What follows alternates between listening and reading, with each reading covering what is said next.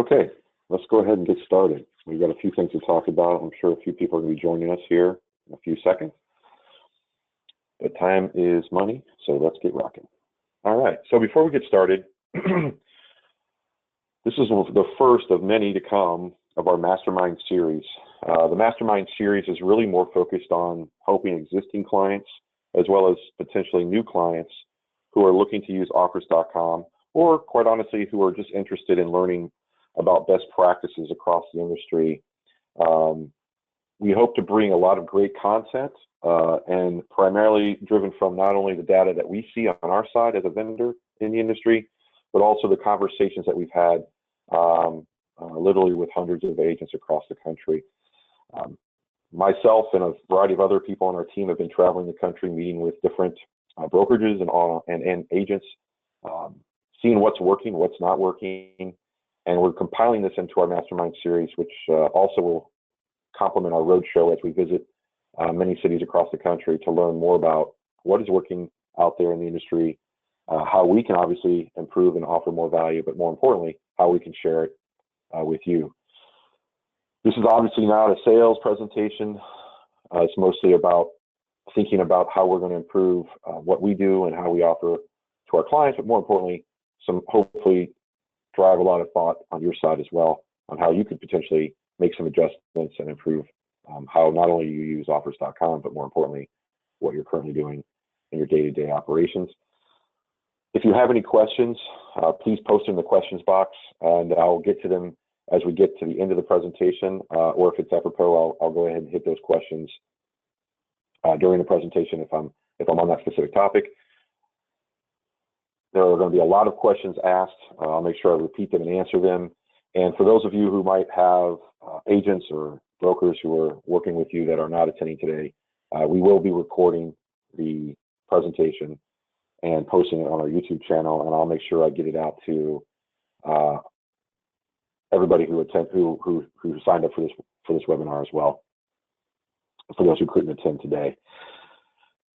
We also have a MasterMind group on Facebook, which I'll also share with you later today, the link if you're not currently signed up with. This is where we have a conversation, not only between us and people who are working with us, but also between our users themselves, sharing great ideas, best practices beyond offrs.com, but really around being in a real estate office of the future, which could include many different products, many different services that everybody's using to the best of their success. All right, so let's go ahead and get started. We decided to really focus on farms and funnels in this first of the MasterMind series.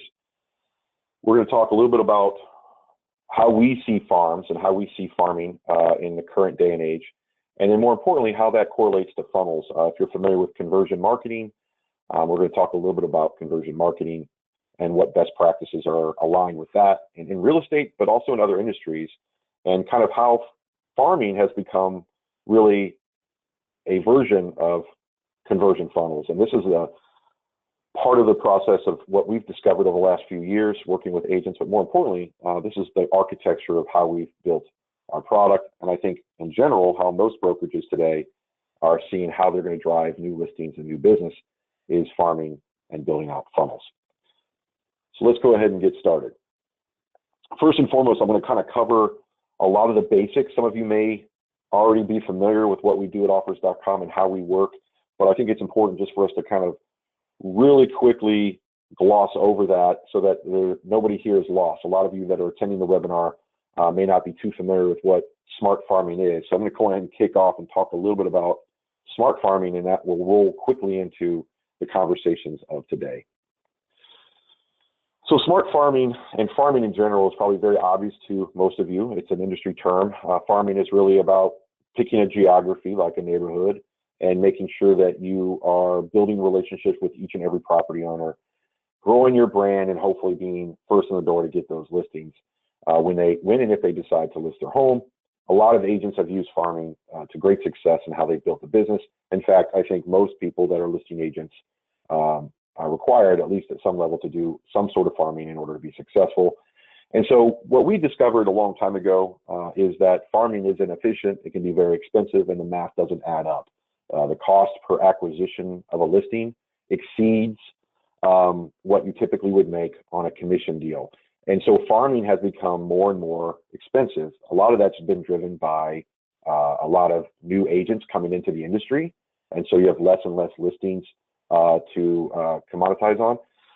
But more importantly, the cost of advertising and marketing has gotten to the point where there is so much noise out there. It's very difficult to really pinpoint and build a brand with a specific homeowner. So we've obviously focused mostly on developing an algorithm that can predict future listings. This allows us to kind of begin building the funnel, right? Smart farming to us is identifying those homeowners that are more likely to respond to marketing, more likely to list their home in the next 6 to 12 months. Therefore, you can really start understanding how to target market those homeowners that are most likely going to deliver you revenue at the end of the day. And so what you see here on the right side of the slide is the beginning of what we call a funnel. So on the left side is just kind of a nice little creative depiction of a farm. You'll see some of the seeds are still on the ground and some of the seeds are starting to sprout. And that's what we basically call smart data. Those are the seeds that we believe are starting to have the most propensity and most obvious ones that are going to potentially produce fruit at the end of the day. And I'm going to go ahead and ask for your forgiveness in advance because I'm going to be using this analogy quite often. Obviously, farming from a visual perspective has a lot of great analogies and metaphors that I can use in the day-to-day business of a real estate. So smart data is the beginning of it, but there's so many other challenges that are facing a brokerage and an agent that's really trying to build out and smart farm.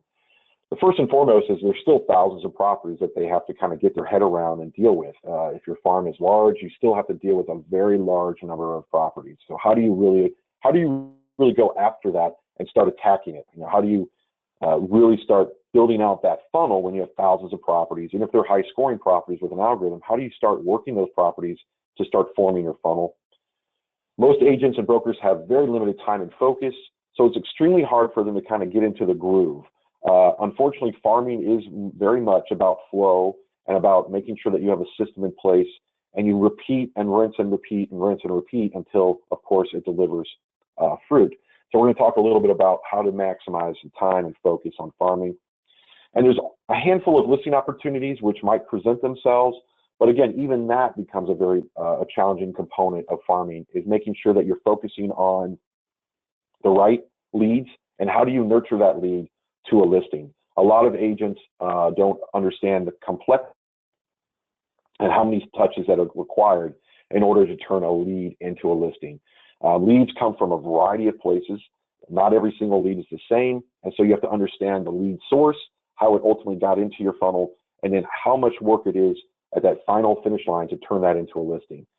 Any shortcoming on all three of these elements can result in failure and can result in challenges when it comes to farming. So we're going to talk about all these and best practices.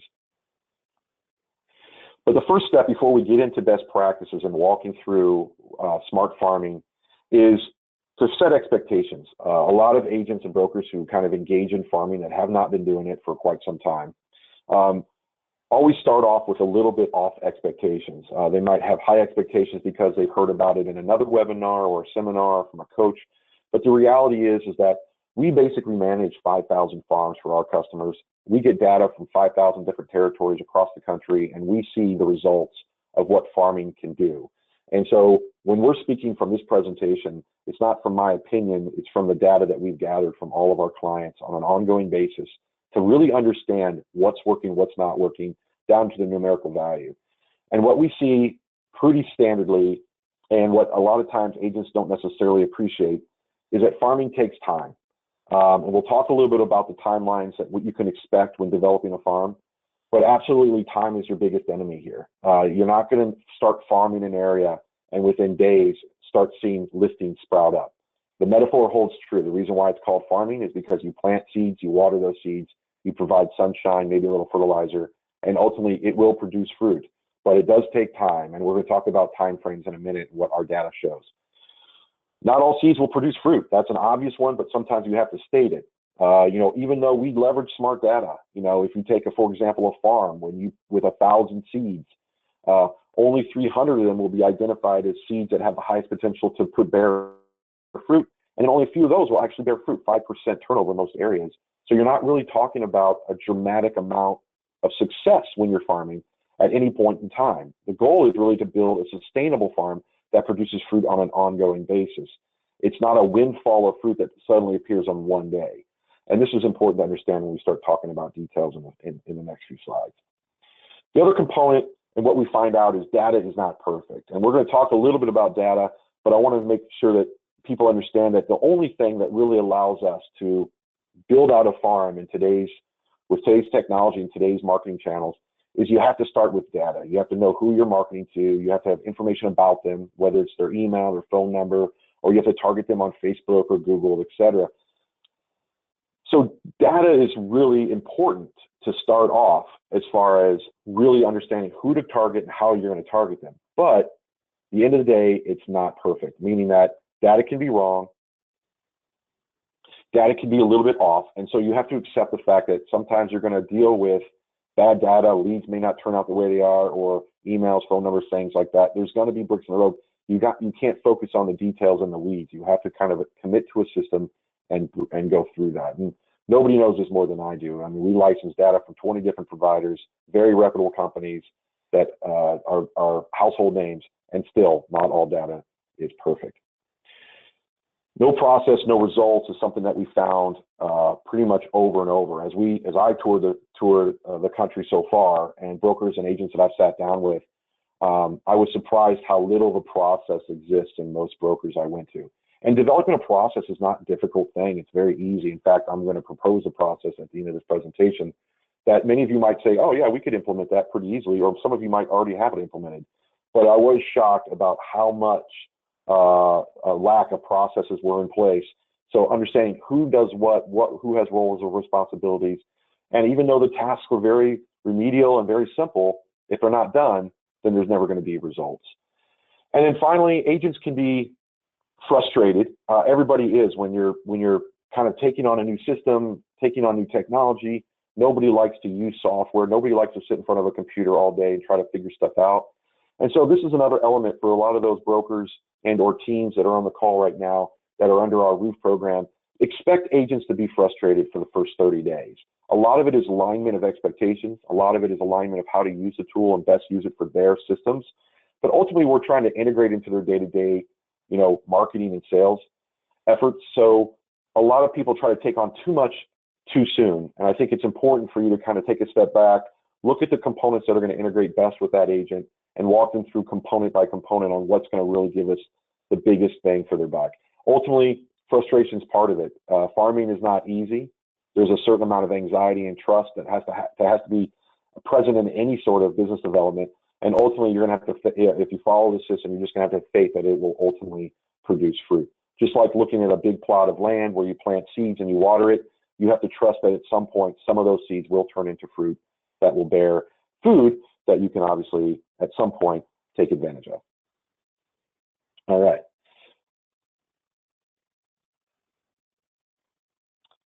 So here are the keys to building a healthy farm. I visited farms in New Jersey, New York, Virginia, Texas, California, Florida, DC, pretty much everywhere across the country. And this is what I figured out as far as what works and what doesn't work.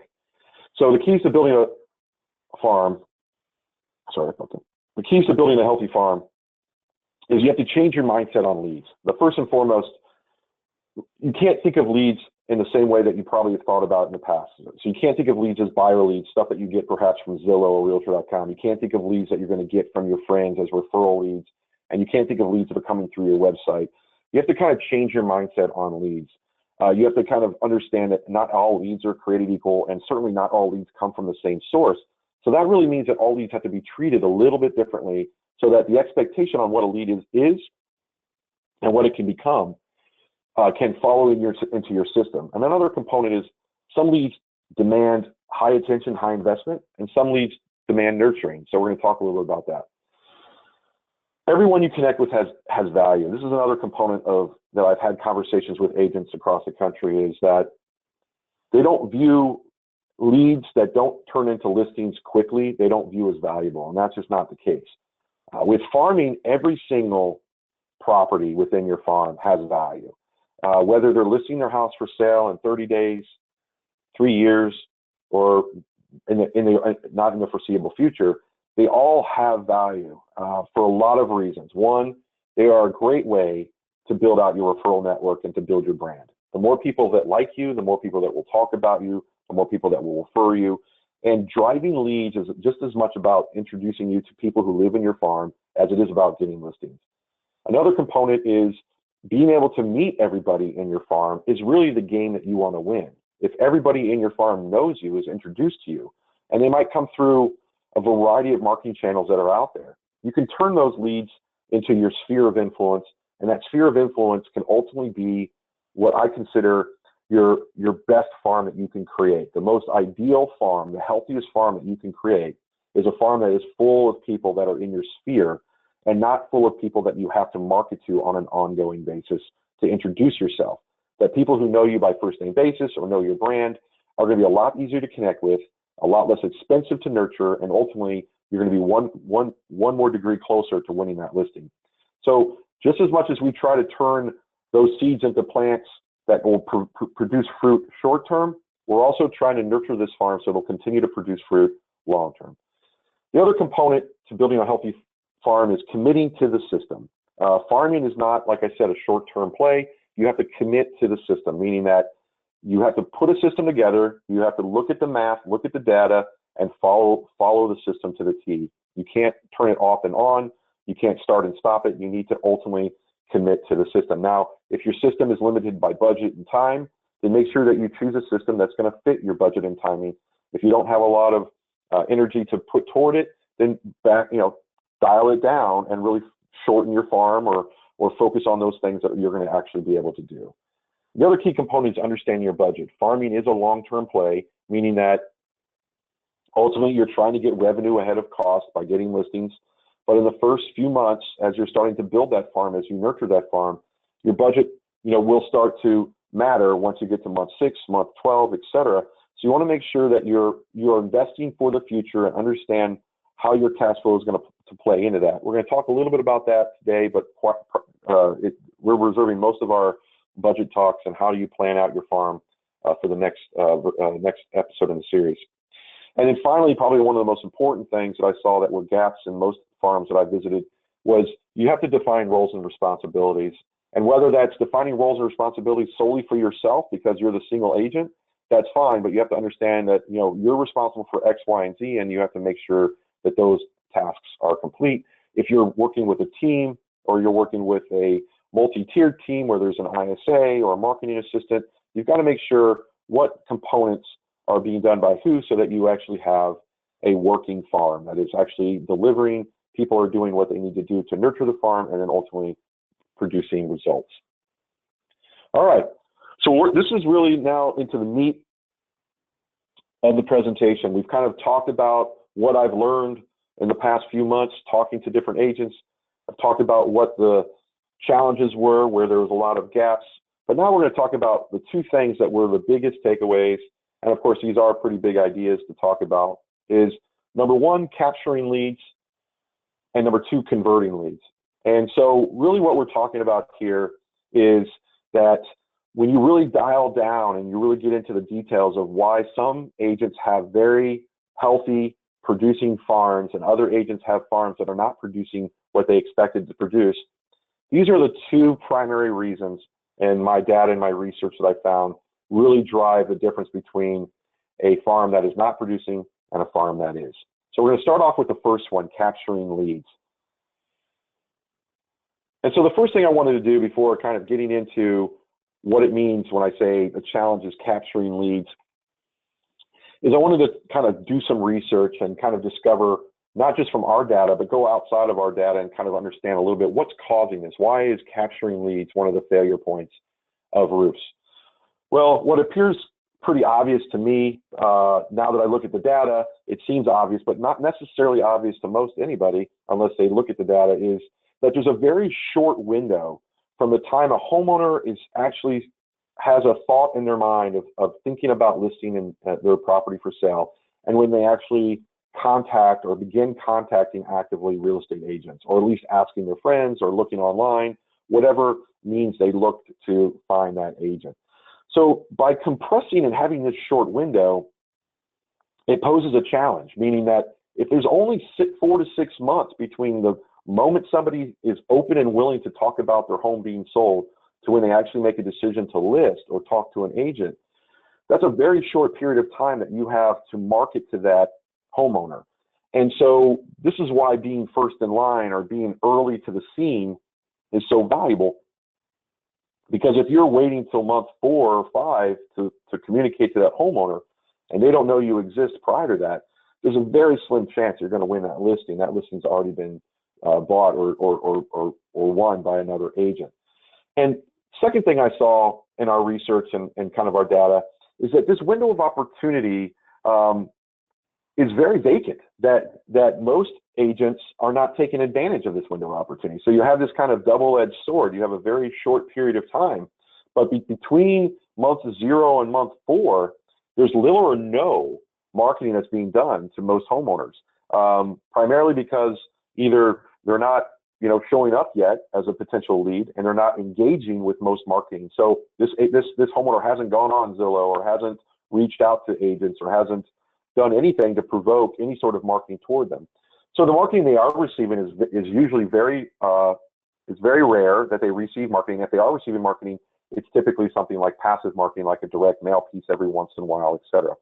So there's a huge opportunity here in what I call the short window to generate leads.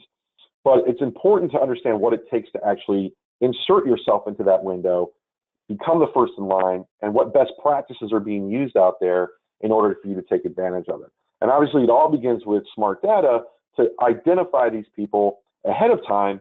But unfortunately, you still need a little bit extra push to really identify them so that you actually can focus on the right people at the right time. And so this is what I call the farmer's dilemma number 1, which is how do you get ahead of the curve? What can you implement to put you ahead of the curve so that you're communicating to homeowners before anybody else has, and also before they obviously make this decision to list with an agent? And so we put together kind of a overlay of best practices that we got from surveying and talking to some of our best performing agents. And it was broken down basically in these components. Now, a lot of this is overlays very well with what we do at offrs.com. I'll talk about that in a minute. But I'm just talking in generics of this is what people are doing very effectively.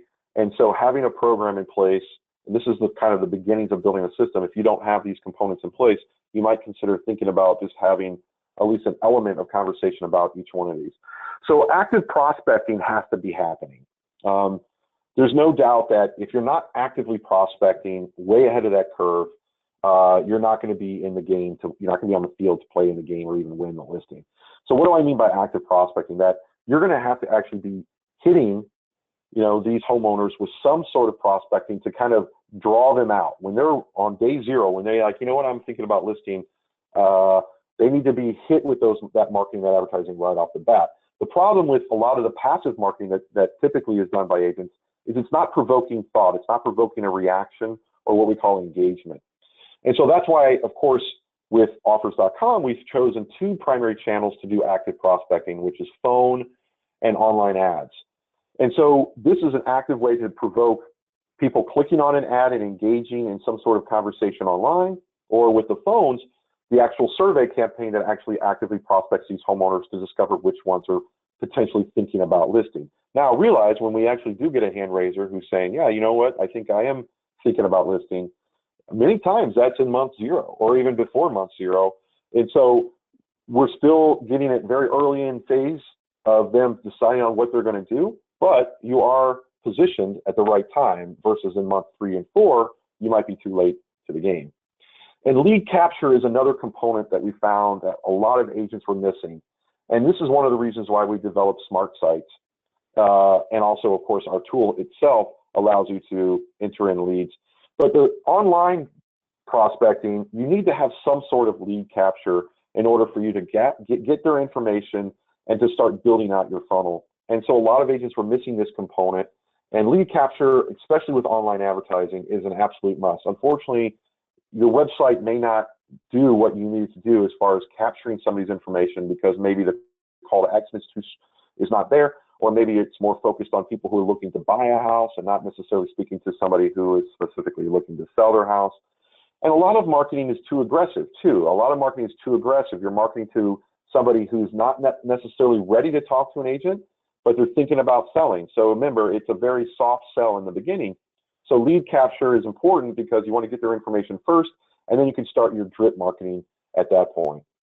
And then another big component that we saw a lot of successful agents doing, and they usually had somebody dedicated to doing this, or at least had a process in place, is lead verification. Now, even though leads are produced through either phone campaigns, online campaigns, etc., you need to be able to have a way to verify that, qualify that lead, and have a conversation from the perspective of the local agent. Because at this point in time, you might have to really verify and say, okay, is this person really thinking about selling, or is this person kind of kicking the tires, et cetera? So some sort of verification qualification phase that could happen either on the side of your lead capture website and or your phone prospecting, or it might be when you actually have an internal ISA dedicated to that. We'll talk about how to allocate roles and responsibilities. And then lead handoff. When that lead is handed off to the agent, it needs to be done in a way that is part of a system. And we're going to talk about systematic approaches in a minute, but that lead handoff is key. So understanding where that lead is coming from, the context of that lead, enables the agent to really focus on what conversion technique they're going to use to convert that lead. There's a big difference between a lead that's brought in as a referral from a friend, from a phone campaign, from offrs.com, or from Zillow, or from a website. They're not all the same. And so your lead conversion plans need to align with where they're coming from. And a lot of you have kind of put this in place, but I think it's important to talk about. So this short window, building a funnel, requires you to understand that there's a very short window where all this has to take place. And so you don't have a lot of time to turn it on, turn it off, turn it on. I mean, if you're looking to actively prospect and actually spend the time building out a farm, you can't just do it 1 month, take off 3 months, and do another month, because you're missing the window every single time. You're not aligned. This is why you have to have a steady flow. And this is one of the reasons why we obviously launched our Offers Plus services, to make sure that we were always phone prospecting, always online prospecting, no matter what, always making sure that we were building that funnel. So let's talk a little bit about building your funnel, because really when you're talking about farming, you're really talking about building a sustainable farm, which means you're building out a conversion funnel. So first, obviously, you have the farm where you have all the properties that are within that geographical target. And then, of course, if you're an offrs.com user, you're going to have some smart leads that help you identify these are the ones you want to focus on. And it's typically somewhere between 30 to 40%, depending on how big your farm is, of those properties that are within your farm are the ones that we're going to be high scoring. Now, we're prioritizing which plants we want to water first, because these are the plants that are most likely to grow. It doesn't mean that you can't do some things that are have complete coverage of your entire farm. But again, with limited time and resources, you want to kind of understand what are you capable of doing. You want to be honest with yourself on what kind of budget and time that you're willing to spend farming, and focus on those high scoring properties, because those are the ones that are going to get you the most likely return on your investment of both of those. So the next step in building your farm is really kind of driving what we call the core 5 campaigns. And we're going to talk about each one and how effective and what are the pros and cons of each one, because this is really best practices here. This is when we're going to get into the real meaningful components of how you can launch 5 meaningful campaigns. Now, you may only want to do 1 or 2 or 3 or 4 or whatever makes you comfortable. But we're going to talk about all 4 of them or all 5 of them. We're also going to talk about the data that we've retrieved from our results. And again, this might vary from area to area, but I think it'll give you some color on what things make sense and where to use them and so forth. So the first type of campaign that you have to use in order to start building out and refining your farm is what we call the phone survey campaign. Now, we do this as part of Offers Plus. So the good news is that this can be outsourced to a company like us, that this is not something that should consume your day-to-day, that companies like us who have a call center, we can actually actively do this in a very efficient manner. Now, the reason why we may be more efficient than others is because we can constantly improve the techniques, the scripts, all elements of how we actually survey a farm. Now, surveying a farm is kind of like a farmer walking around and looking at each plant, observing each plant, and kind of saying, hey, this one looks like it might bear fruit before these others, so I'm going to give it a little bit more water, a little bit more fertilizer, et cetera. When we actually survey a farm, we typically get over the first 90 plus days, we typically get somewhere between 20 to 30% connects. Now, some farms perform higher. Neighborhoods that are more willing to do phone surveys than others. You can obviously see that from one state to another, that can vary dramatically. But our goal and our threshold for success here is that we want to talk to at least 1 out of 3. That's what we mean by connects. I mean, we're calling everybody, but not everybody picks up the phone. So when somebody picks up the phone, we're connecting with a homeowner. And about, almost 1 out of 2 people that answer the phone, in most cases, agree to do the survey. So the survey that we actually do is a home value survey, and we're asking them questions about their home, their neighborhood, and of course, we're also looking for key indicators to show us whether they're thinking about listing or not listing. And these are all variables that kind of go back into verifying, validating our algorithm. But more importantly, this is also a way that we verify our smart data. And so once we've gone through and surveyed these homes and with our smart data, we can actually push them into the verified column. And this is a big deal because now you can start seeing the funnel develop. Now, the other cool thing about doing surveys and why phone survey campaigns are so valuable is as much as it is important for us to discover who's thinking about listing, we're also thinking about who's not listing. So we're taking people who are saying, no, I'm not looking at listing at all for the next year. So we take them out of the bucket of smart data, refine our algorithm, and continue to produce new smart data on an ongoing basis. So you can already see the cyclical nature of developing a farm and why it's important to constantly be surveying your farm, because you're removing those seeds that aren't going to bear fruit anytime soon, putting them back in the rotation, and then moving those seeds that are producing fruit up to the front so we can focus on them. It's really key to understand, and this is exactly why phone surveying does work, and it is the most effective way to verify data and to start building out your core farm. Now, that being said, it does take time. Not everybody's going to pick up the phone on day one. It does take time to call homeowners, to get them on the phone and survey them, and you don't get 100% coverage. This is why we have other types of campaigns that we run in order to make sure that we kind of help fill in the gaps. So campaign, and what we learned from phone survey campaigns out there, we talk to agents that do their own phone surveys, they do their own phone canvassing. Everybody has the same thoughts on it. It's something that is core to actually having a farm. You want to consistently be out there, moving through the farm, being connected to the farm, but it has value either way. It has value in surfacing leads, but it also has value in surfacing homeowners that are just, hey, you finally get to know people in your farm. So you're either moving them into the leads column or you're moving them into your sphere. Either way, it's a value because ultimately you're going to want to talk to every single person in your farm. You're going to want to connect with them at least. Campaign number 2, and what we learned and what we thought about as far as best practice, is online lead capture. So online lead capture is something many of you are familiar with. It could be a home value lookup website. A lot of other vendors offer this. It could be your own online lead capture. Maybe you have a different call to action that drives people toward a website and has them fill out their information. But online lead capture is another element of how you can survey an area. Now, with phone, it requires somebody to pick up the phone, agree to do a survey, and walk through a series of questions. And it's expensive to pick up the phone and call people. So with online leads, you can actually deliver ads through popular websites like Facebook, Google, etc. And you can have a lot of impressions and ultimately win over that homeowner passively to ultimately engage with your website. So you get a higher level of coverage, you get a lower number of connects, lower percentage of connects, and then of course, the surveys or the information you gather from that lead capture site needs to be valuable enough for you to verify that lead. So asking them questions like, hey, are you thinking of selling? Or having a follow-up email that engages them in the next step of that lead funnel is very important.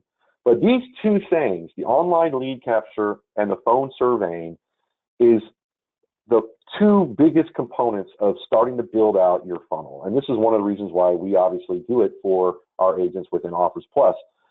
But it's important to also understand that if you're going to be doing anything in order to really start building out your farm and your funnel, you want to start with those two elements. They're the most engaging and the most interactive way that you can actually start building out your farm. And it's also important to understand what to expect from conversion ratios, because we're going to talk a little bit about conversion expectations here, but more importantly in our next mastermind, we're going to go into it even deeper. But in this one, I'm just going to kind of talk at a high level. So campaign number 3 is email campaign. Now, this is something that is very interesting to us. It's challenging from a variety of perspectives, but email is another powerful way that you can kind of engage your farm. Now, you usually can have very high coverage with emails, and a lot of times, you know, through Offers Plus, we provide emails with homeowners. But the connects can range in a wide variety. If you're not a known commodity, a known brand, if people in your farm are not necessarily familiar with you or don't know you, then emailing people randomly can be a negative. It can turn on you, especially if it's a high solicitation email. But what we found when talking to a variety of agents is they found creative ways to engage their audience with emails in a non-solicited way to kind of push them into the funnel.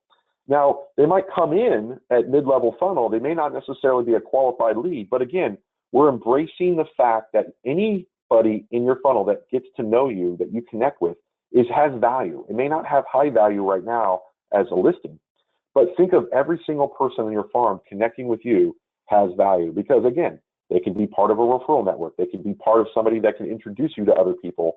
And then ultimately, if they're thinking about selling their home, and on average, they typically do eventually, that is a listing that you're building well in advance, and ultimately you earn much easier down the road. So emails can be very powerful and highly effective. And obviously, it's very easy to send out a blast email. But one of the things that we saw that is very effective is people that are leveraging either tools that are in the market space that write these emails, that create this content. We've obviously have a lot of email content on our website as scripts as well, but putting more thought into the email call to action and the email conversation instead of just blasting out, hey, I'm a realtor, list your house with me, we saw it has a higher effective rate, and more importantly, it has a higher engagement rate. So this is a thing that we need to obviously push through and say, hey, how do we leverage email as part of our multi-campaign approach in building out our farm? Because it's going to help us hit those people that aren't necessarily picking up the phone, that are not necessarily clicking on our ad on Facebook, because they may not necessarily be thinking about listing their home right now. But how can you engage email? How can you engage your farm via email to bring them into the funnel? Number 4, direct mail. So obviously, direct mail is something that everybody's familiar with. It's kind of the gold standard of the last 50 years on how you communicate out in the farm. But that being said, it's becoming more and more difficult to turn direct mail into something of value and actionable data. It can be something that you can use to broadcast and brand. It is more expensive than most other channels, but it does have an effective use in certain circumstances if you are limited by budget. So obviously, if you have unlimited funding and unlimited money and you don't really care about saving or optimizing or smart farming, you can direct mail everybody in your neighborhood once, twice a month, et cetera, to build out your brand. One of the challenges with direct mail is it may not necessarily provoke response, which means that you might have a strong brand, but you're not having a call to action that drives them to contact you. And secondarily, you might have competitors out there that are using some of these other techniques that are beating you to the punch, and the direct mail momentum and flow is not necessarily delivering you. You might be too late to the game. We talked about that window that you have to hit. So if you're not direct mailing all the time, every time, all the people, you're going to miss that window almost every single time, therefore wasting a lot of that money. Now, having said all that, when we start talking about middle of the funnel direct mail can be very powerful. When you start talking about verified leads, you start talking about even smart data leads to some degree, because we've minimized that grouping so low. Direct mail can be a very powerful way to communicate and put your brand in front of them. It's also a great way to introduce yourself. So when you actually do that email or pick up the phone and call them, they're very familiar with your brand. So even a few direct mails in the first few months can kickstart your farm. You don't have to necessarily invest in it long term if you don't want to, but we highly suggest looking at direct mail as an interesting way to kickstart your middle of funnel of your farm. You don't have to direct mail everybody in your farm, but maybe pick some high scoring properties. Definitely direct mail your lookup and your verified leads to make sure that your brand is in front of them and they're seeing you in a multi-channel way. And this is very important because a lot of people say, oh, direct mail doesn't work, or a lot of people say direct mail is the best thing, but they don't necessarily talk about specifics. When I talked to agents in the last few months, they're very vague about what worked and what didn't work for them. But when I asked them questions like, well, who are you direct mailing? Are you just doing a broadcast mail to a neighborhood? Are you focusing on a certain person or demographic? Or are you direct mailing specifically the leads that we're providing you?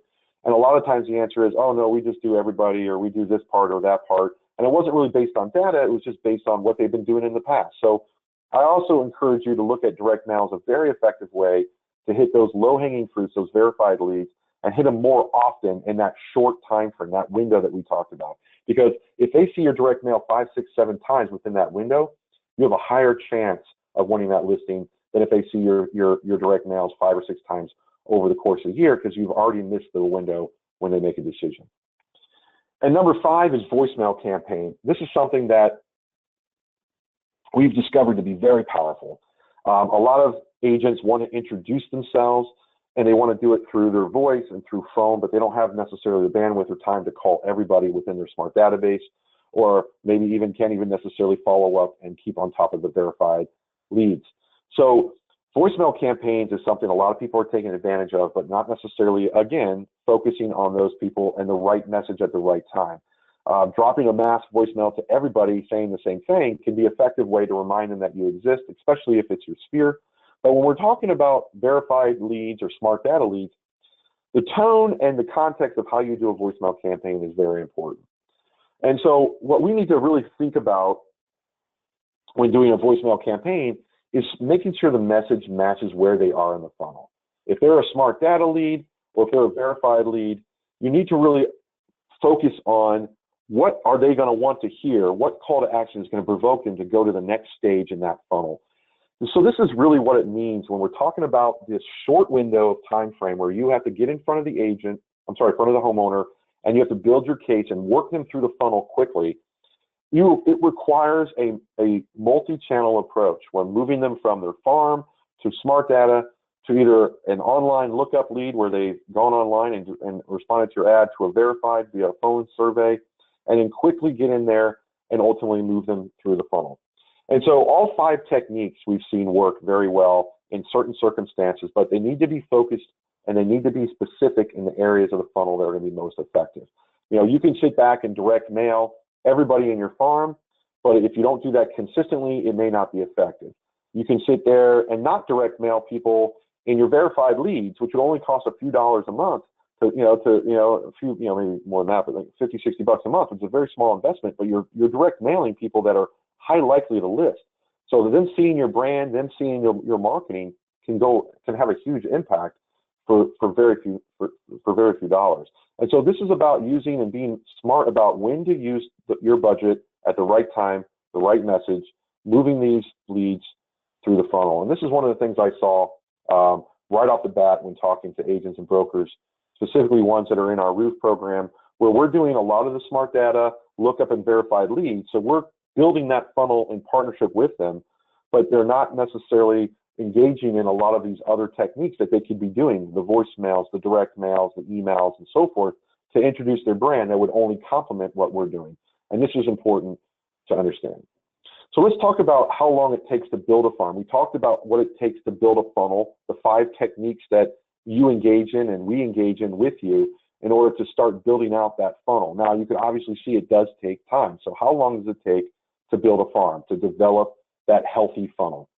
So we pulled our data back and we said, all right, well, let's look at what kind of coverage that we're getting through all these techniques that we're using. So we first started with our survey coverage and our online ad coverage, which is really the 2 components of Offers Plus that we offer. And what we saw, and for the most part, is that it takes about 3 to 4 months before you start to see optimization and a funnel form. And what I mean by that is that it starts off, as I mentioned, with your entire farm and your smart data on day 1. But then we start doing surveys, we start doing online marketing, and that takes time. It takes time for people to engage in it, the number of impressions that we're delivering, the number of calls we're making, and of course within the budget that we've allocated to do that, because we don't have unlimited money from our clients. They've given us a very strict budget to adhere to. And so we want to have the maximum amount of coverage in a very short period of time, but there is obviously limitations to that. And so we saw about day 120 as being what we call a farm maturity target date, this is where we're starting to see farms really start to form. We start to see our smart data leads starting to turn into listings. We start seeing our lookup and verified leads starting to turn into listings and sold properties. And we're starting to see the farm be big enough to where it can start to really be an optimized funnel that it can start delivering listings. And this is ultimately where you need to get to so that your farm can ultimately become a sustainable farm that can continue to deliver. And what we found was that coverage within an area depends heavily on all those 5 campaigns that we talked about. So if we're only doing survey coverage and only online coverage, we're going to get a very fixed percentage of coverage. It's going to be somewhere around 30 to 40%. But the minute that we saw our clients doing voicemail, email, and direct mail, we started seeing coverage shoot up to 60, 70, in some cases 80%. And so coverage matters dramatically. So let's take a look at what that looks like. So when we talk about building out a healthy farm and filling out gaps, we're talking about leveraging these other 3 components, which are very underutilized today for most of our clients, which is if you want to do direct mail coverage, even to smart data or lead coverage, you can get a tremendous amount of value for very little money.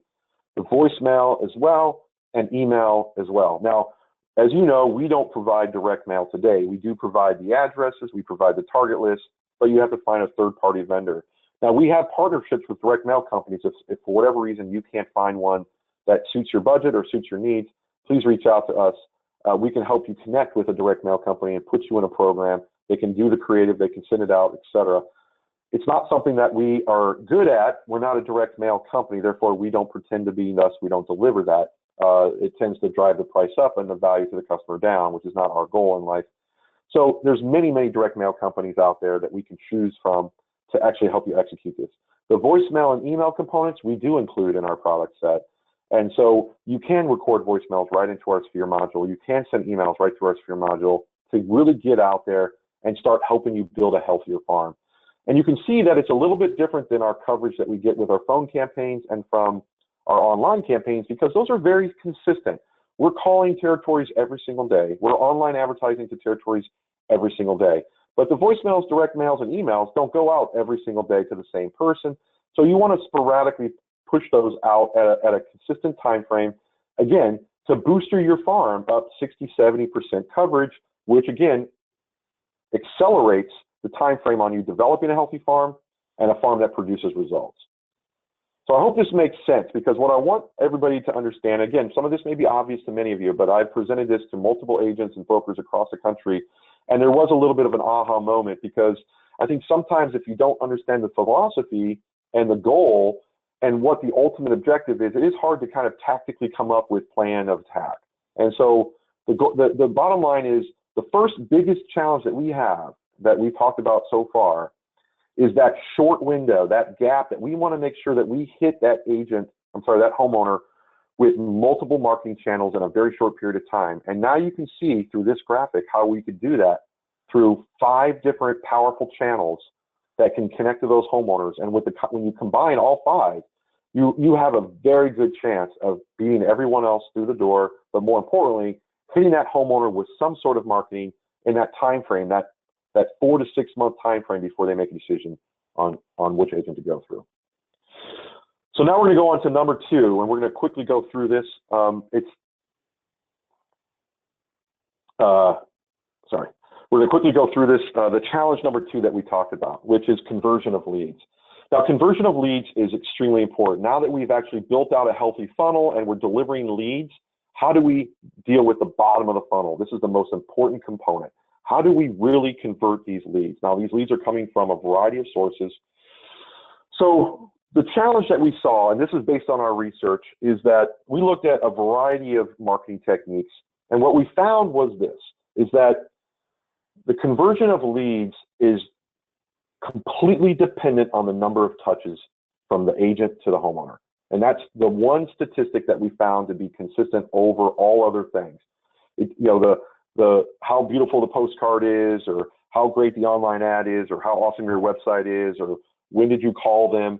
For seller leads, it wasn't about quality of a specific touch. It was about the number of touches that effectively created the leads. And what we did is we pulled all the data in from not only our software, but we went to agents and asked them to pull their data on how many touches they created between their leads that they got from multiple sources. This isn't just offrs.com leads, this is any lead. And so obviously smart farming comes and plays into this. You know, we've optimized it by creating this farm and by creating this funnel. We're focusing on those leads that are engaging, right? They're either looking up things on the internet, that home value, or they're responding to phone surveys, or they're scored high with our algorithm. So by shrinking the number of properties that we can talk to does allow us to allocate budget to make sure that we hit those number of touches. But if we don't do it, we're not going to win the business. So this area, this density of marketing is what I call it, is what converts leads. Now, predictive analytics plays a role in that because we can focus on high-scoring properties. The lead capture that we do, whether it's online or through phone surveys, is another thing that produces and helps you focus on those people that, again, you need to multi-touch. You need to make sure that you're touching them 10, 20 times to make sure that your brand is in front of them, that your brand exceeds any other competitor's brand, and more importantly, that it at the right time with the right message. And this is the biggest challenge we saw with agents, is that even when we delivered leads that had verified on the phone that they're thinking of listing, and then 6 months later or 4 months later, lo and behold, they listed with another agent, we went back in time and said, what happened there? Why did we not get that listing? And we ultimately determined that it was just the low quantity of touches. In some cases, 0, 1, or 2 just doesn't cut it, that there has to be many, many touches in order to finally win that listing. It's almost like the final finish line, that one more yard to get the touchdown takes that many more downs to get in there, even though you got across the entire field so quickly. And so watering leads while they grow is very, very critical. So when we talk about best practice for lead conversion, we have documented this throughout our software, and we've restated this many times, but this is what you want to make sure that you have some practice, some best practice embedded to do this. Now, this is what we suggest. We want to make sure that anytime you have a lead that surfaces, you want to follow up with some sort of marketing piece or product report, follow up with a phone call to make sure that you can qualify, and you use that letter or that marketing piece as your intro. And then finally, you want to have some sort of lead nurturing sphere. You want to make sure that each lead that you've identified as a qualified lead and or somebody who's maturing or thinking about listing receives 3 things on a concurrent basis: a mailer, an email, and a voicemail. You can determine what time frame is most comfortable for you, but you want to make sure that you do this at least 3 times, but in that short window that we talked about, meaning that it's going to happen at least monthly. And once you put them in that lead nurturing or that drip campaign, you're going to find out that this is going to add up to enough touches to where that it significantly increases your chance for leading conversion. If you're not touching prospects at least 10 times, it should be closer to 20.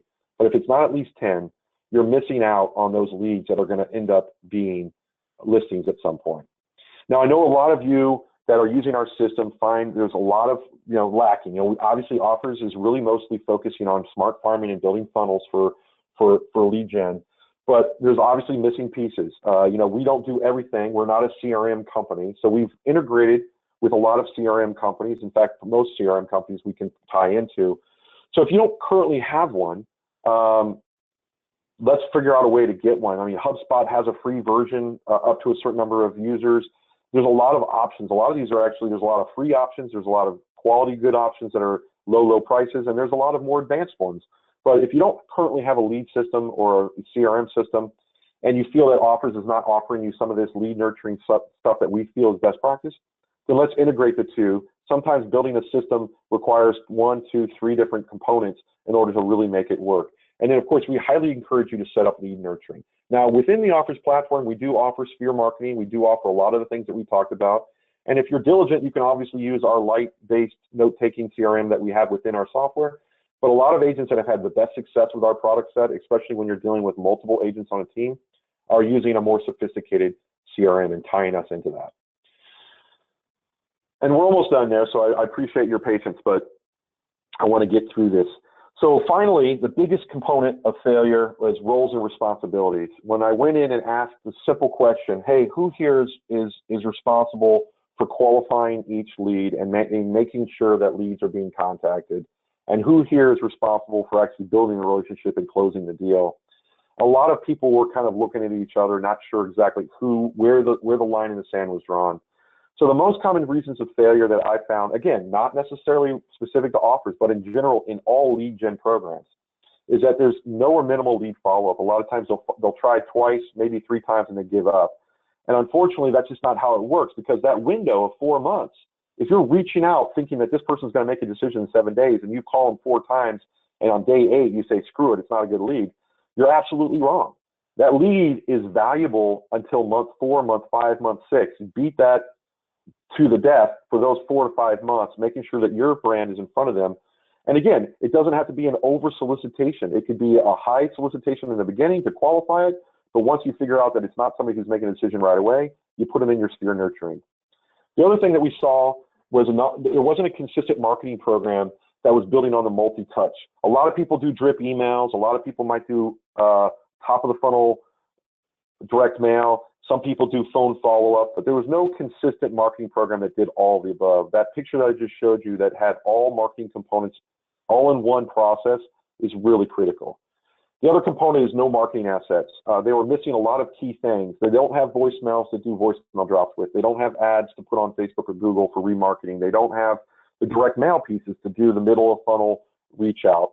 They don't even have scripts to do the phone calls, and they're not committing to any one program or another, because either they're confused or they just don't want to necessarily figure out what's best for them.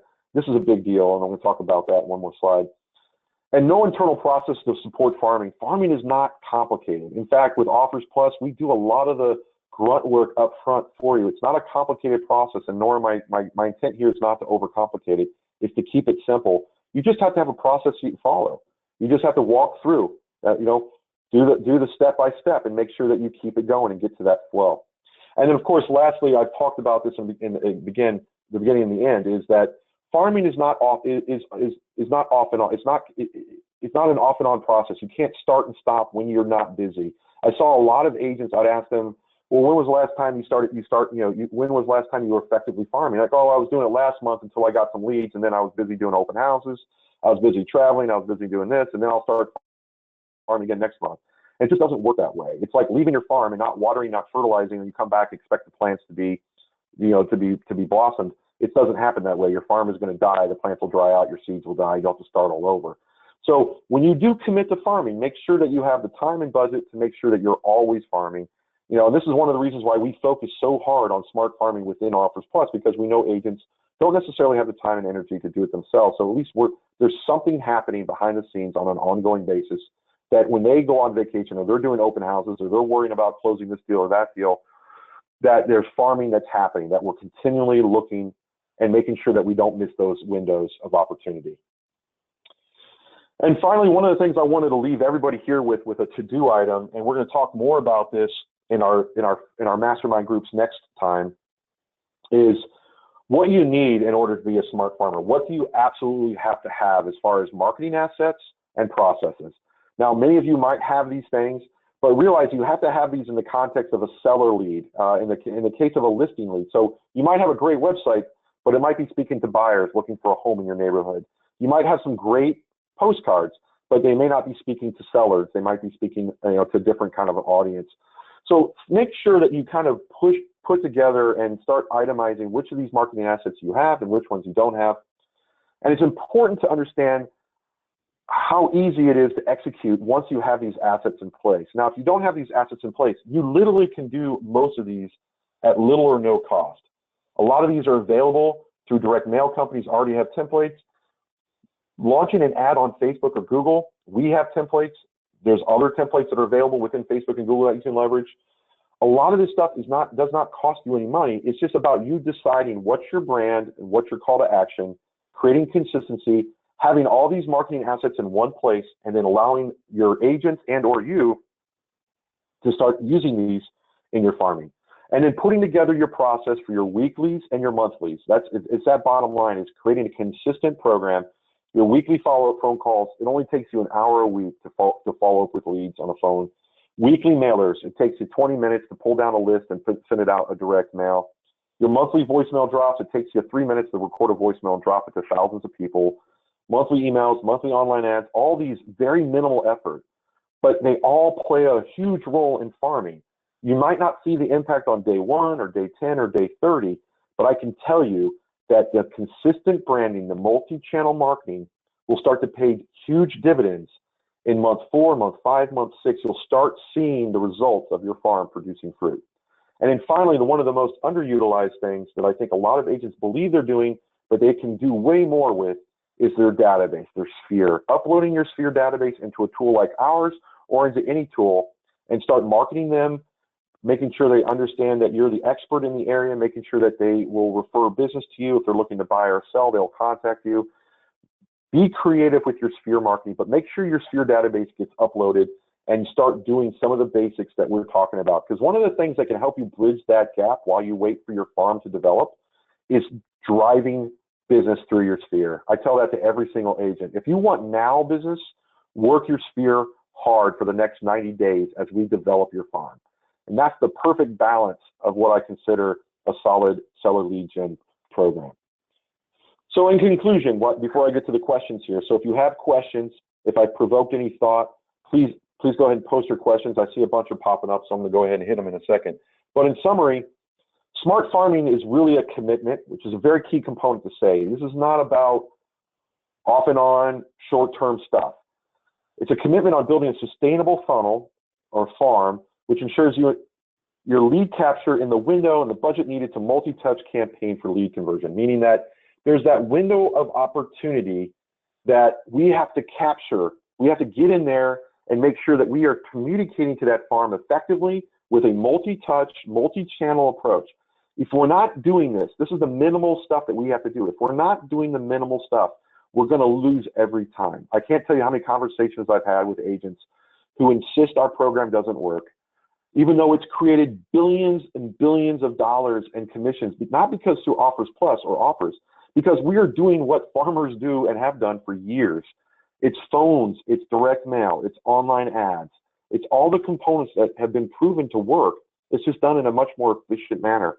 So when you're talking about building out a farm, you have to commit to a system. You have to commit to the multi-touch in order to beat out that window, and you have to commit to having a system in place and the marketing assets at your disposal to make sure that you are in front of those sellers before they make that decision.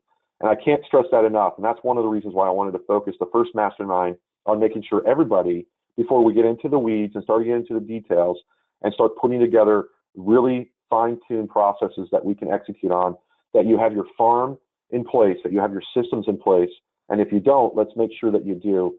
And so for anybody on the phone, I know we have a few hundred people on this webinar today, so for most of you who are our clients, who are part of the Roof program, if you have any questions or need help putting this system together, please reach out to our Roof team, who's headed up by Austin. It's roof@offrs.com. If you're an existing client, reach out to Austin, set up time with them. We also might be in your area.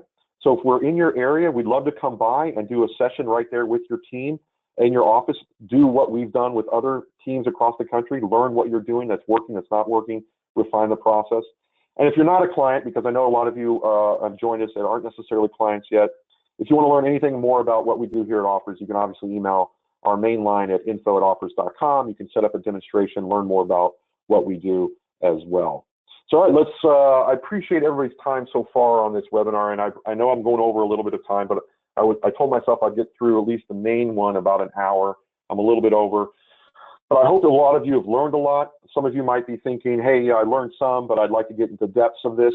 Absolutely, this is the first of many of a series, but I think it was important for us to kind of lay the groundwork, the philosophy of what built our company and what builds our product, and also something that you can relate with and see if there's any gaps before we continue. Because if we don't get the basics right, there's no script, there's no technique, no silver bullet that's going to make your business grow. You need to have the basics done right. You need to commit to the program. All right, so let's go ahead and kick off some of these questions. All right, some of these. Yeah, so I mean, I've got a lot of questions about what we do at Offers in the First Touch campaign. I'm going to drill into it a little bit, but again, I was trying to keep this conversation more on MasterMind, more about philosophy and what's working out there in the space. But specifically to Offers and what we do with the First Touch campaign, when we actually do the First Touch campaign, we primarily do phone surveys as well as the online advertising. Now, the online advertising drives them to a home value lookup site. So it's very similar to a lot of other vendors that use this technique. It's very effective. We get thousands and thousands of people to engage with that campaign. Many of them are not necessarily looking to list their home. But again, remember, building out a farm and a funnel means that a lot of the people that you're going to communicate with and connect with aren't going to list their home in the next 30, 60, 90, 120 days. They may not even list their home for another year or two, but you're building those relationships. That's why we like to have that balance, that coverage. As far as the phone surveys, because we're talking to homeowners, we have a lot more power to invoke response and to understand if they're intending to sell or not sell. Both those are based on surveys. Both those are, we're asking users, asking homeowners, what are they thinking? What are they doing? Currently, right now, we don't do any mailings. If you're going to do a mailer, and we have a question here about first touch mailers. If you're going to do a direct mailer, I would highly suggest you start with leads in the middle of your funnel. And if you do have budget and you do want to be more aggressive, you can go into our smart data leads, which is people that we scored high. We've had a lot of agents have success with direct mailing our leads, and our smart data leads.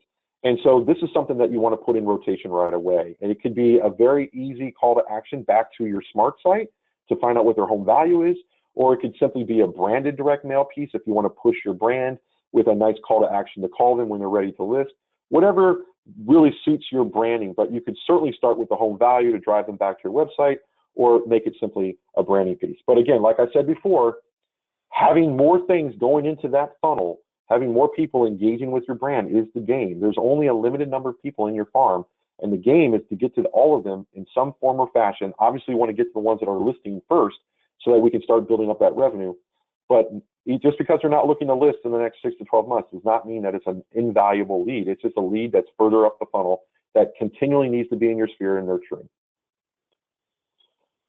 So here's another great question about email and voicemail permission. This is one of the challenges of marketing. It's a great question. So I've been in marketing for 25 years. That's my background, is conversion marketing. It's not easy. There's a line in the sand, right? Of course, you don't want to cross. What I have always abided by is when you're marketing to somebody, always believe it's permission marketing. Like, make sure that you're always sending them something that is either what you would either send it to introduce yourself as your first impression. First impression should never really be a solicitation or a hard sell unless that person has invoked that, unless they've requested that. This is one of the reasons why we do property reports.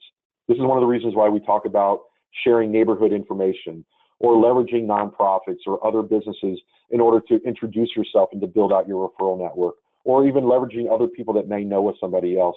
So there is some work there to be done and thought that has to be had in order to invoke that first impression. You'll see a lot of our scripts within our product are of that tone. Anytime that you don't know somebody, you just have to, lift up your hand and ask them to shake their hand. Say, hey, my name is Rich, and I'd like to talk to you. So sometimes it comes down to the tone and the context of what you're saying. As far as dropping voicemails, there's nothing wrong with blasting out voicemails to users. In most cases, most people won't even know that is a voicemail blast. You could keep it very generic. You could wish them happy holidays. You could ask them, and you can notify them that, hey, you're in the area that you'd like to talk or meet or introduce yourself. It can be a very permission-based tone, but I think that's key to any sort of voicemail and or email type marketing you do. Again, it's really up to you. How aggressive of a marketer you want to be is really up to you. A lot of times people can get turned off by marketing that has too much solicitation too soon. This is the whole reason why we build out the funnel. At the top of the funnel, you want to be more permission-based, more high first impression, offer value. That's why we always offer this property report before we start soliciting the business. Once you get deeper in the funnel, once you qualify the lead, they get to know you, that's when you really go in for the close. So all 5 marketing mediums that I talked about, they have different tones and different contexts on how you use them. And within our software, you actually see scripts and you can understand why. Let me go through the next questions. Here's a question about how we integrate with CRMs. Yeah, we pretty much integrate with every CRM. There is a email format that most CRMs support. It's a standard that was released a few years back. We support that. We also have APIs, which is just a technical term for just we know how to talk to most CRMs if that's required as well. So whatever CRM you have, we can email, if you're a customer, email our support team at support@offrs.com, and they can kind of guide you through on how to connect it. If it's a CRM that we currently don't have a connector for, we'll quickly get it configured. It's not a big deal. We pretty much support most CRMs in the space, but occasionally there's one that we might have to tweak a little bit. Here's a great question. Does offrs.com do direct to voicemail messaging? Yes, we do. We have a voicemail drop within our product. It'll actually call your phone. You can record the voicemail, and then you can drop it to your sphere. For those people that you want to market to our high scoring properties, you can download your high scoring properties from our targets list, create a targets list, download it, upload it as a new sphere, and then drop a voicemail to them, introducing yourself and perhaps building out and increasing your referral network. One of the key components, again, is understanding, the context of what you're doing and why you're dropping that voicemail to avoid hyper solicitation and to really introduce yourself, build that relationship because it is your farm, and you want to make sure that you can turn that into a positive relationship. Here's a great question about the property report. And the question is really about how effective has the property report been and the effectiveness of property reports. And it's a great question. I mean, one of the things that we always see as a critical step in building a relationship is the real estate agent providing something of value, something that shows that they actually have insight or care about the homeowner. So one of the obvious answers is a property report. Now, there's many different property reports out there. You can produce CMAs on your own. Many real estate agents have access to that if they have access to their MLS. You can produce property reports through other companies. And we wanted to provide this because we saw it as a critical component of that first step of a real estate agent introducing themselves to a homeowner. Also because we know that our homevaluereport.com or housevaluereport.com website that drives leads through our digital report has such great track record that there is an inclination of a homeowner wanting to know this information. It's a great conversational piece, and it shows that the agent cares and knows a lot about the neighborhood. Now, the property report is simply a tool as a first impression, as a way to open the door. Now, if for whatever reason you have a better way of opening the door, like a nicer marketing kit or a seller presentation that really blows the socks off, or maybe you prefer baking a pie or providing a cookie or inviting them a coffee, anything of value that can open that door to the homeowner is really our objective. We're not in the property report business, just as much as we're not in the website business or anything else. We're in the conversion lead generation business, meaning that we want to provide all the tools at a minimum so that you can be successful. We have seen great success with the property reports in many cases. In some other cases, agents refuse to use them because they don't want that to be their first impression. It's really up to you. It's really about us providing you the tools and the best practices at a minimum if you don't have another option. But it's a great question. I mean, all components of our product have pros and cons. Our data, when we predict who's going to sell next, it's obviously not 100% accurate all the time. There's going to be false positives. When we send our property reports to homeowners, they might see that as something of value, or they might dismiss it and throw it in the trash. But the objective really is focus. It's really about minimizing the noise and focusing on the signal. And what we're trying to do is give that leg up to the agent on doing that. It's not a perfect world. Farming, you're going to break plants. There's going to be bugs that eat plants. There's going to be plants that you water and overwater that die. There's going to be plants that produce fruit and that ultimately rot. But ultimately, if you have to farm it all. You have to do all the system in place in order to produce flowers. You don't stop farming because one of your plants dies. You continue to move forward. You figure out why it died, and then you improve it. One of the questions here is, this is somebody who obviously is not a customer, but they asked about the areas and being exclusive as far as the campaigns, because obviously that would have a lot to do with it. And the answer is yes, that our territories are exclusive. Therefore, when we do surveys, when we are building your funnel, it's exclusively your funnel. So we're not building a funnel for any other agent. Therefore, when we actually do identify leads in an area, in that farm, you are the only farmer. And that's obviously a lot of the things that I talked about today that enhances the value of what we do, because if I was creating a funnel for multiple agents, then it's really a race to the lead on which agent is better, faster, quicker, more diligent. And that's not the business we're in. We're in the business of partnering with agents and building funnels and being their right-hand person so that can always be farming for them.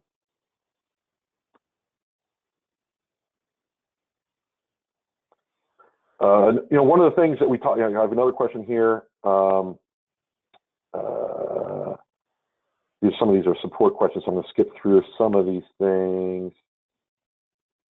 Yeah, so here's another question about integration. Again, any integration questions, please, just ping support. We'll get to the bottom of how we can integrate. Sometimes these CRMs, we just need a little bit of tweaking or help, and we can get it rocking. Yes, I'll make these slides available, and I'm recording this webinar as well. It'll be available on YouTube, where you can share it and so forth. Here's a question about using an external MailChimp or Constant Contact service. Certainly, you can use other services to do your email blasts. Again, a lot of these other services are gonna, you have to understand when you download a list of property owners from our site and have their emails, these are people that may or may not know you. So you always want to make sure that you make sure that first email that goes out is a permission-based, not a solicitation-based email that might introduce them to something or reach out your hand and offer them something of value. We highly encourage you to think about the content you send out as your first impression. It's the one time that they get to know you. One of the most brilliant things I heard about with an agent I met with, I think it was in North Carolina, is her first impression with every single person she emails that doesn't know her is a story about something that she does in the neighborhood. And she does small things and big things. Sometimes she'll help a family that is in dire need. Maybe they're a veteran that needs to repaint their house. Sometimes it's very small, like fixing a pothole in the neighborhood. And she does these clever videos. She does this clever outreach of like, look how much I care about this neighborhood. And very, very, very few people are going to look at that and go, I don't like this. Why is this woman saying this thing? Because they live in the same neighborhood. They're going to look at it as a cause marketing. They're going to have a positive feel. And I'm not necessarily saying that everybody here on the phone has to go out and fill a pothole, but I'm saying is think creatively about your first impression. Don't just say, I'm a realtor, list your house with me, because that is not only to some degree a push off, but it's also not the best way to create a first impression. Your ultimate job is to build a relationship first. And I think sometimes people want to get to know you. And so whatever it is that you feel your brand represents, if you're a fisherman, if you're a sports fanatic, if you're a stay-at-home mom, or you work, or your kids, you take your kids, whatever it is that you have pride in and you love, let that be your personality and let that come across in your email campaigns and in your voicemail campaigns, everything. I think once you figure out the messaging and the conversation, things get so easy. You know exactly what to do next. In fact, you're anxious to do it. And I think that's another thing that we're going to talk about in our next series is finding your voice and finding your conversation and how to turn that into marketing. We didn't cover it this time, but we will cover it next time.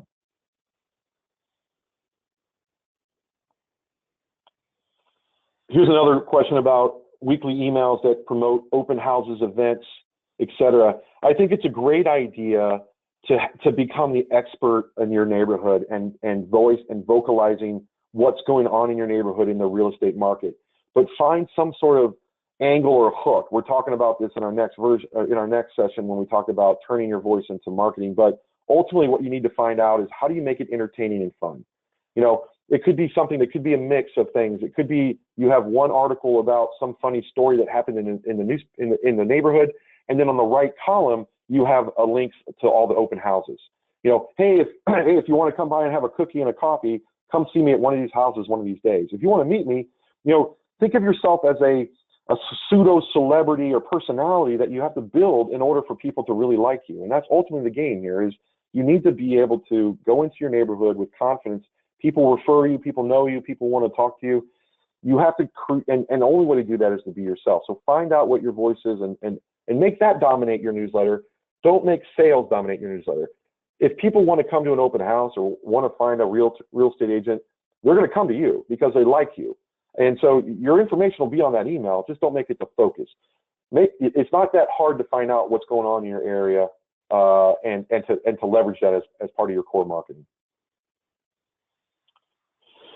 Here's another great question about integration into some other services like BombBomb and others. We absolutely feel like we want to integrate with all these tools. A lot of these companies, we're working with them on their APIs and making sure it's smooth transition. I totally understand your pain as far as uploading and importing. Hey, nobody hates that more than I do. But all these are on our list. If you are a customer of BombBomb, please reach out to us. We do need more customer engagement to get them to, be part of that conversation as well. Some of these services have limited APIs, and so if their customers are asking for integration with offers, et cetera, that would go a long way. So please reach out to our support team or reach out to your BombBomb support team and just let them know, like, hey, I'd like offers to integrate, and please, and CC our support team so we can start that conversation. In some cases, we've already talked to some of these companies, but the more customers that are asking for it, the more likely they're going to give us resources to make it happen. Here's another great question is, do you have the setup follow-ups in a diagram or a chart that we can use to follow? Yeah, so one of the things that we know that we're very weak on, that we're improving based on our travels, is that we're going to be improving our system to be more effective on telling you when you need to follow up, what you need to do next with all the leads. So that's something that we're looking at deploying in our next version of our product. Until then, we have a variety of things that you can put into place.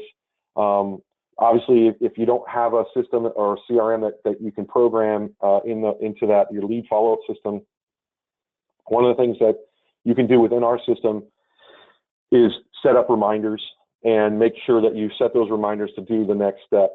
But please reach out. If you're part of a roof program, please reach out to Austin. Otherwise, you can obviously reach out to support to kind of talk about some techniques and tools to do that. I do have a slide here in the deck that kind of gives you a high level of what you should incorporate, but the tool set behind it, I'm gonna have to punt that one and talk to you more offline about what tool set you're currently using and how we can best organize your lead follow-up. But ultimately, this is available. Our lead follow-up system and some documentation is available. Just maybe email support and we can get that over to you.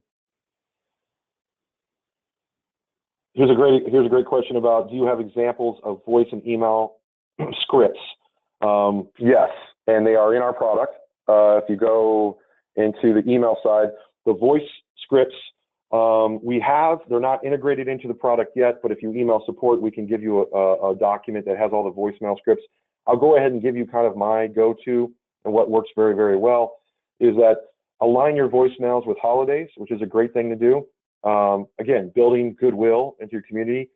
Do start a monthly voicemail that correlates with your email newsletter. So if your email newsletter is, if you live in a town that there, a lot of people fish, or a lot of people, it's a very, sports oriented, correlate your voicemail with that. It could be a very short thing, reminding people what's going on this weekend. Another one that's very, very popular is organizing something with a partnership, like a nonprofit or a school, and then you can leverage your database to then to be the voice of what's going on. If there's a football game or if there's a charity event, whatever it might be. There's a lot of things going on in the world, and really all we're trying to do is put your brand and your name on, above it all. And again, don't focus so much on driving that solicitation, that email or that voicemail or that text message or anything like that, on driving this person to make a decision to list their house right now. Build your funnel first. Get as many people in that funnel as you can. It will naturally flow downward. It will naturally start converting downward because you'll put these people into a system and you'll slowly but surely build a brand and have multiple touches, and they will ultimately reach out to you when they're ready to sell because they like you, because of the content you're delivering, because of the tone that you're delivering it with. So be very, very open to ideas on how you can broadcast who you are. And I realize this requires patience. I realize that dropping a voicemail that has nothing to do with real estate doesn't deliver sales tomorrow. But be clever about it. Hey, this is Jim with your weekly update, your neighborhood update. Just so you know, they're going to be fixing 4th Street on next Tuesday. They've got a bunch of potholes, so you probably want to drive around it if you're going to go to take your kids to school. Let me know if you guys need any other tips. This is Jim, your local neighborhood realtor. And if you need anything, Jim Smith, da, da, da, da. So you can pitch yourself simply by saying what you do.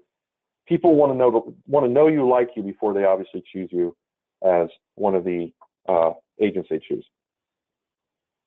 I will actually right now email.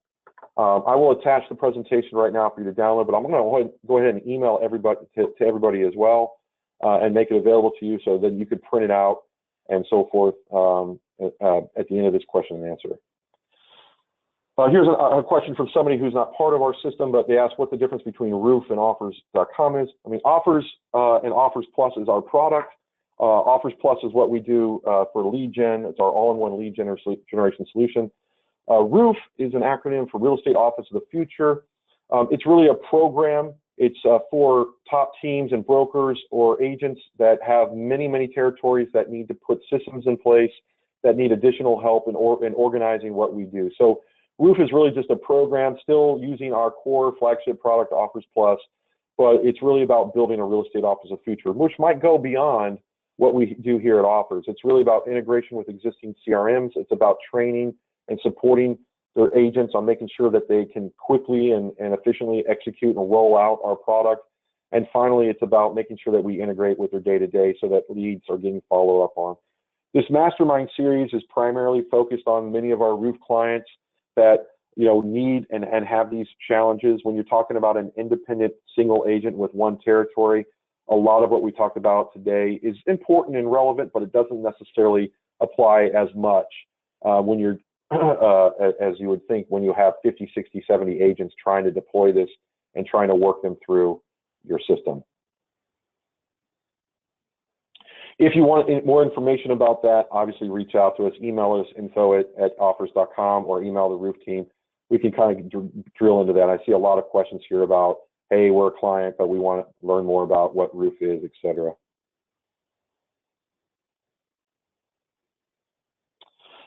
Here's a great question about using voicemail, emails, and so forth, and doing follow-ups via voicemail. Yes, I mean, obviously you want to do drop through a voicemail with your leads. I don't know how well a voicemail would execute all the time if you're simply just asking for a follow-up, but certainly every voicemail to a lead should end with, I'd love to get together and talk about it more. Please return my phone call. The cool thing about dropping voicemails through our system is that it preserves your phone number. If they call you back, it goes right to your cell phone or whatever phone number that you have within our system. So it's a very efficient way. If you have 50, 60, 70 leads, for example, if you have leads outside of Offrs right now, upload them as a Swier and drop a voicemail right now saying, hey, let's meet next week to talk about your plans. You can use these tools outside of the leads that we generate for you at Offrs. So if you don't use these tools to the extent that they could be used, you are missing out. So the first thing you should do when you hang up the phone is to aggregate every single data point you have about every single person you know in the world. Download your LinkedIn database. Download your contacts from your Gmail. Download all your leads. Upload them into our system and either do a mass text, mass voicemail, or mass email, and do it on a consistent basis. You farm those people, and you will generate listings, and that will only complement and build out the funnel even more so. Sorry, yeah, here's a great point that somebody made about we don't send mail. I misspoke. We don't send direct mail, but we do send letters, and we do send prop reports. So I guess that does classify as mail. My apologies. We don't send direct mail pieces, the classic postcard mail pieces that many of you probably use, but we do when a lead is generated and or if you want to reach out to a target property, you can generate a handwritten letter through our system, and you can send a prop report through the mail through our system. Great point. Sorry about that. Yeah, you can do that all through us. Here's a great question about phone numbers and being scrubbed from the DNC. So this is another challenge, right? We talked about top of the funnel marketing with emails and the requirements of canned spam and what you have to follow there. And we talked about the challenges with a lot of these marketing techniques at the top of the funnel. Phone calls is another example of why we implemented our Offrs Plus phone survey, because a lot of agents simply wouldn't call phone numbers because they were on the DNC, because if they were soliciting for business, they would violate the DNC rules, which is completely understandable. We, however, we're researching and we're surveying these homeowners. We're not soliciting business. So we're able to call everyone, and we're able to perform our survey and allocate, that time to qualify them even better, so that when you really get a handful of homeowners that are thinking about selling, that are verified leads, you can focus your energy on that. And that is when you really want to focus on doing follow-up phone calls. So certainly you could call homeowners that are within our database, and we do identify those that are on the DNC list. So you want to obviously take precaution there. But ultimately, one of the goals of our Offers Plus program is to avoid that by surveying these homeowners and calling them on an ongoing basis. Again, we have a massive call center that does this, and it does it consistently in connecting with homeowners. And it's something that an agent can choose to do at the top of the funnel. But if you have limited time and you're not going to do it consistently, it's best just to let our call center work through the system, and we'll surface those people as we get them on the line. Again, focusing on the leads first and then work up. The goal here is we handle the top of the funnel, we meet in the middle, and you really focus on the bottom of the funnel. And that's kind of the partnership that we want to build with our customers. Here's a great question about, do you see many people going door knocking or door hanging? The answer is yes. I see a lot of people doing door knocking with our qualified verified leads. That is an effective manner. If we've delivered 4, 5, 6 verified leads to you, to go door knock if you're in that neighborhood and you drive by that house anyway is not a crazy thing to ask. Now, are we sitting back saying door knock everybody, door knock all the smart data leads, door knock hundreds of people? Absolutely not. I mean, it's not an efficient use of time. But if you're a door knocker and you love doing it, yeah, you can go into our product, create a target list based on a street, and start door knocking at the high scoring properties, and it'll be an effective method of door knocking. But it's not something you notice. I don't have it on one of our top 5 pillars of marketing. It's not something that we encourage, nor do we really have any science and data to back effectiveness of it. But it's not something that I would say that doesn't work at all. I know a lot of great listing agents and farmers out there that are crushing it with door knocking, but it's just not something that we've put into a place that we can scale and consistently help you with. But it certainly is something to consider if you feel like it's valuable. Here's another question.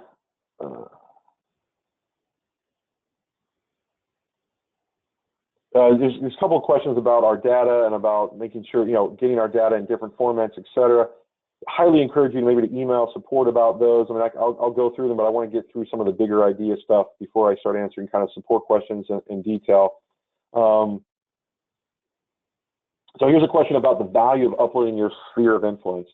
First and foremost, you can take advantage of our mass email, mass voicemail, mass text messaging. So if that's something you already do and that's already something you have, then that's great. But the other reason why you'd want to upload your SOI is because we are currently doing beta testing and experimenting with calling SOIs, spheres of influence, on behalf of our agents in the next version of our product set. So it's kind of something we don't do today, but I can tell you that in the early stages of our beta testing, where we are calling the spheres of our agents, it's been dramatically successful. And so this is something that we're looking to incorporate in 4.0 of our product set. So if nothing else, if you don't want to take advantage of the mass email, mass voicemail, and mass text messaging that we offer through your sphere, and you don't have a specific place that you can combine all your sphere in one place, if that's not valuable enough, certainly, that's something that you might want to consider down the road. Here's a great question about how do you know which leads are the best to send a package to? You want to send a package to every single lead. If it's our package, if you're going to send our seller report, that's great. If you have your own package, that's fine too. But I can only tell you what's been successful from what I've seen. And the only thing I can track and see is our package going out. And so every single lead should receive a seller kit, meaning that it has a proper report and a handwritten letter on top of it introducing your brand. There's no excuse not to. So make sure that you send those out. And then immediately adding those leads into a sphere of influence, which we can do through our product, doing mass email, mass voicemail, mass text on an ongoing basis after that, so that you're always keeping them in your sphere. So you should have that program in place. This is one of the reasons why today's webinar was so important, was to talk about sphere marketing and about that last final piece of making sure that you keep everybody intact with multi-touch campaigns. Question here is, can you add email or phone data to your contacts? Yes, you can. I think through our system, both targets as well as your sphere, you can add more information. If I didn't understand that question, you certainly reach out to support if you feel like I misspoke there. Here's a great question about how can you move targets to a time-gated process of contact. This is something we currently don't do. This is the limitation of our product. This is where we stop, and a lot of CRMs start. It is something that we are looking at in our next version to offer a much more aggressive presentation of when you need to follow up with each lead.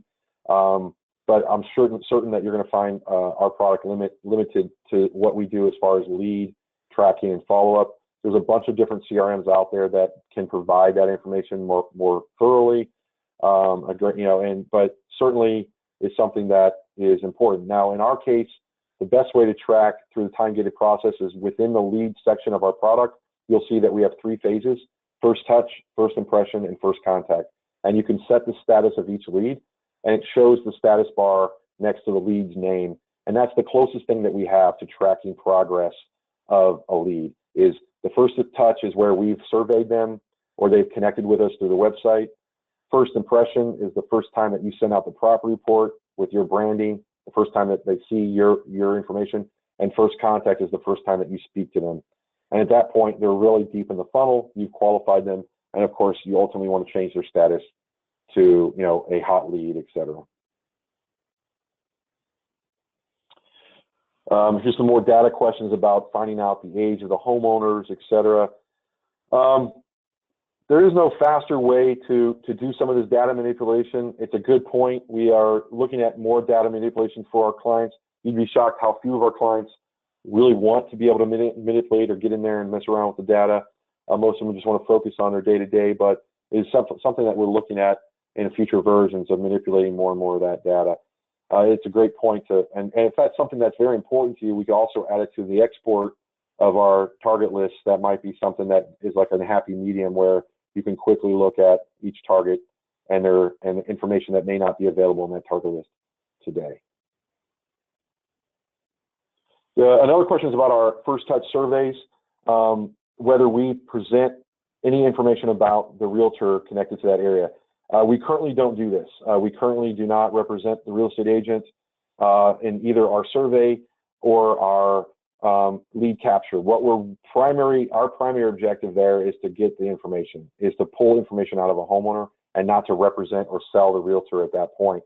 So there's a positive part of that is it allows us to scale it very quickly and execute it very quickly, meaning that we can go out there and broadcast to a number of homeowners and start driving them to build up that top of the funnel and allow you to come in at the middle of the funnel and introduce your brand. That being said, you certainly can incorporate, your branding into any sort of marketing campaign and leverage our smart data. But what we found to be most effective and most efficient is that we're out there surveying homeowners to really understand if they're thinking about listing their house, not really looking to sell anything at this point, because quite honestly, 95% of the people we talk to would be turned off by that because they're not looking to sell their home. But those other 95% of people that aren't looking to sell their home this year are very valuable to us because they will look to sell their home at some point, and we're trying to grow and farm. So it means that we want to grow our database, we want to gather more information, we want to understand where their head is, and so making sure that we survey them and gather that additional information, of which part of that is understanding if they're listed their house, is the primary objective of that phone call. It's not to brand or misrepresent or represent any other agent. The good news is we're exclusive in territory, so you benefit no matter what. So it's a win-win. Here's a great question about do we have other brokers that have success that would be willing to speak in future masterminds? Yes, the answer is yes. We will be incorporating and talking to a lot of the people on the road. One of the things that I mistakenly did not do when I was on the road over the last few months talking to people was film it, but we will be filming future mastermind groups when we go out and meet with these agents. We'll be telling our story. We'll be talking to them and interviewing them. And of course, if they can participate in these webinars, we're going to open the door and invite them to do that. We might have a Q&A session. I wanted to start off with, obviously trying to get the basics done, but eventually I could see how conversational stuff between myself and some of the agents that are having success would be a huge benefit. And of course, a lot of this can be done also on our mastermind group on our Facebook group. Here's a point about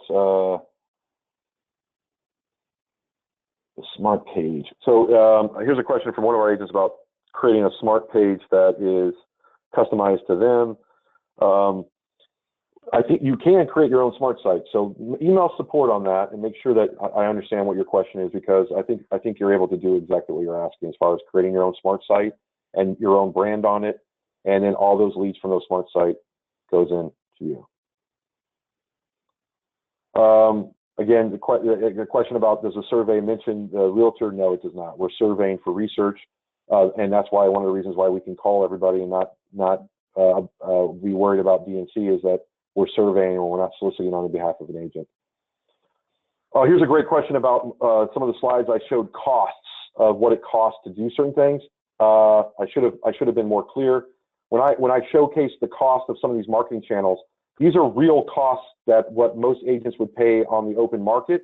But obviously, if you're an offers customer, you already are paying for surveys, you're already paying for online coverage, you're already paying for voicemail, and you're already paying for email. The only really additional cost that you would ever have to pay if you were to follow this program to the T is any cost of doing a direct mail outside of the property reports that you send the lead. So if you were to do a postcard direct mail, that would be the only thing that you'd have to pay another vendor to do. You could use our data, but you'd have to pay somebody else to do. The reason why I put the costs here is because I think it's important for people to understand from a budgetary perspective what we're seeing in the market space of what people are charging for specific marketing channels.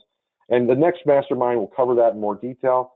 But I think sometimes people say, well, this sounds great, Rich. You're asking us to do 5 different channels of marketing, but I mean, how much is this going to cost me? And a lot of people know what the costs are, but it's important to kind of outline those. Here's a great question about sending a handwritten letter and reports to your sphere. No, so that's exactly what I was referring to before, is our next, what we're experimenting with right now in beta, and we're looking at maybe launching in our next version, is enhancing our sphere marketing program, going into not only basically following in the footsteps of our smart data program, which is us surveying your sphere, calling your sphere, and also us marketing to your sphere online, as well as offering some of the tools that you talked about here, handwritten letters and reports, et cetera. So sphere marketing and enhancing that is something that's on the window of development, and it's within beta, and we're testing it. The results seem to be very, very good. So we hope to kind of incorporate that. Right now, the only thing that you can do to your sphere currently is mass voicemail, mass email, and mass text message. But we are looking at how do we enhance that and move it forward. Here's some other questions. Some of these were support questions about issues with the product, or if you had any issues, or one lady's asking about leads in her account.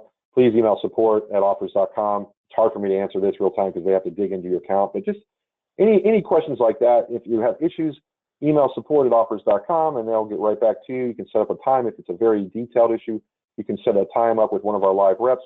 Otherwise, they can answer to you on the phone, on the email right there, and solve your problem.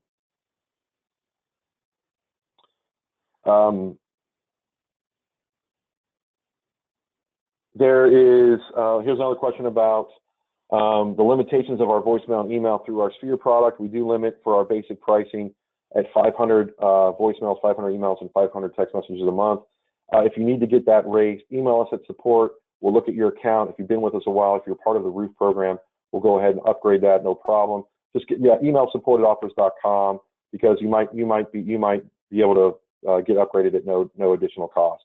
But I want to understand exactly how many you need. So if it's more than what we can give you at free, we can talk about the cost of that.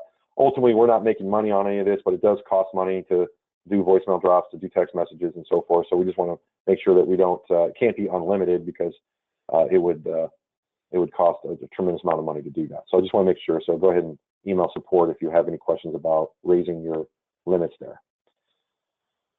So wow, that was a lot of questions. I really appreciate everybody's time. We're almost approaching 2 hours, and I can't believe there's still people on the phone here. So I do appreciate everybody's time. My goal here, this is the first mastermind presentation I've done. So, obviously I've learned a lot about what kind of feedback and questions you have. This will help me frame the other ones that we do. We'll be doing these live, but we'll also be recording them and uploading them to our mastermind group, but also having them available on our YouTube channel for you to view. We'll email every single person that joined us on the call today with links to all the things you guys asked for. including the decks and other information. I hope this was informative. I wanted to make sure we covered two of the major things that I discovered so far in my trips and my conversations. The next masterminds will include things like how to turn your voice and your brand into marketing, effective marketing, how to actually execute that, including resources that you can use to really quickly do that, because building your marketing assets is important. We'll also be talking about how to train your agents on how to better market and sphere market, as well as farm. And we'll talk about techniques that are being used out there. And then we also have another mastermind that we'll be talking about content and scripts, and time frames and timelines on how to ultimately nurture leads and convert leads at a higher rate. So we've got a lot of great content that we're working on with the Mastermind series. And of course, we're always looking for other ideas. So if you have any ideas that you want us to focus on, please, obviously email us at either at info@offrs.com, or if you're a roof client, at roof@offrs.com. Especially if you're thinking about, if you're willing to have us come visit you. We are coming out to California. We're going to the Northeast, Texas, Florida.